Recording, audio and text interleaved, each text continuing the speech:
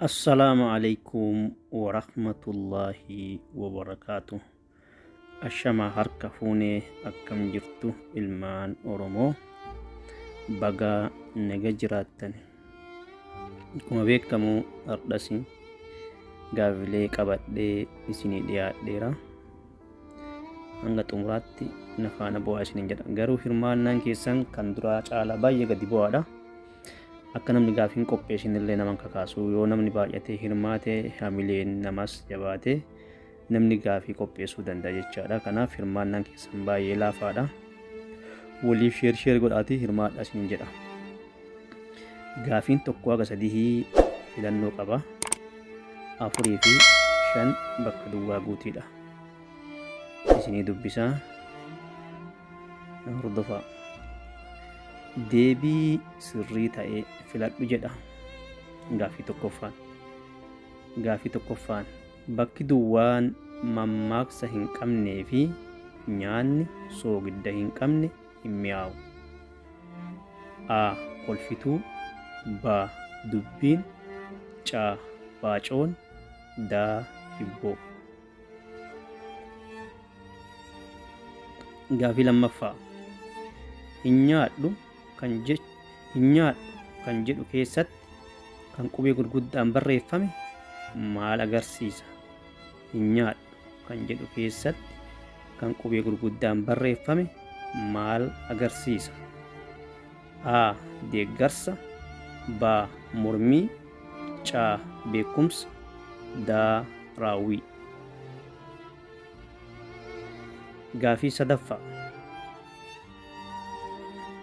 Dubaay jedhee UAE yoo jedhe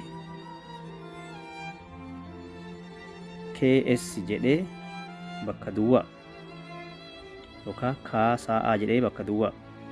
A. Eertiraa. B. Suudi Arabiyaa. C. Eeshiyaa. D.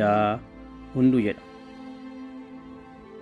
Gaafiin arfaffaan bakka duwwaa guuti jedha.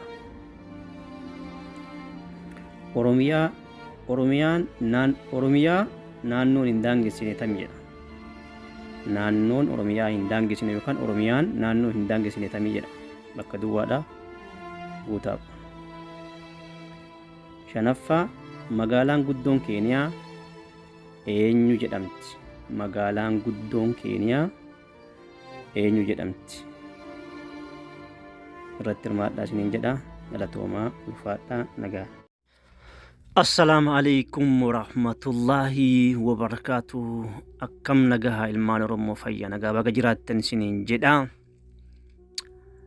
Addas gaafiin kiyyaa deebii sirrii ta'ee filadhu jedha. Gaafii tokkoffaa. Caba garaa bakka duwwatu dhidhiibbata. A. Abbaa. B. Abbaa. C. Abbaa. D. Abbaa. Ka sirrii ta'e isintu filata. Gaafii lammaffaa.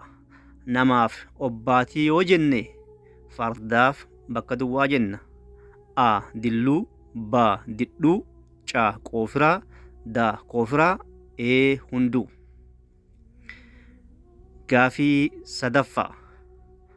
Xumurri of kunuunsuu agarsiisu kami jedha. Xumurri of kunuunsuu agarsiisu. A. Deeme. B. Kufe. C. Ol gale. D. Dhiqate. Gaafii itti aanu jecha mootarmaan gadii deebii sirrii filadhuudha. Gurra nyaate. A. Ni saame. B. Maqaa balleesse. C. Ni duroome. D. Baay'ee deeme jedha. Shanaffaa. Lafa guure jedha. A. Ni soorome. B. Ni baay'ee. B. Baay'een oomishe. C. Ni dulloome. D. Baay'ee deemee jedha. Galatoomaa irratti hirmaadhaa. Waan isiniin galle koomentii addeessa. Gaafii shanaffaa isinii deebaati. Lafa guure jedha. A. Ni soorome. B. Baay'ee oomishe. C. Ni dulloome. D. Baay'ee deeme jedha. Carraa gaarii isiniif haa ta'u. Irratti hirmaadhaa isiniin jedha. Yeroo biraallee gaafii biraa qabadhee isinii dhiyaadha. Kalee sanatti hin mijoomne. itti fufamas gaafiini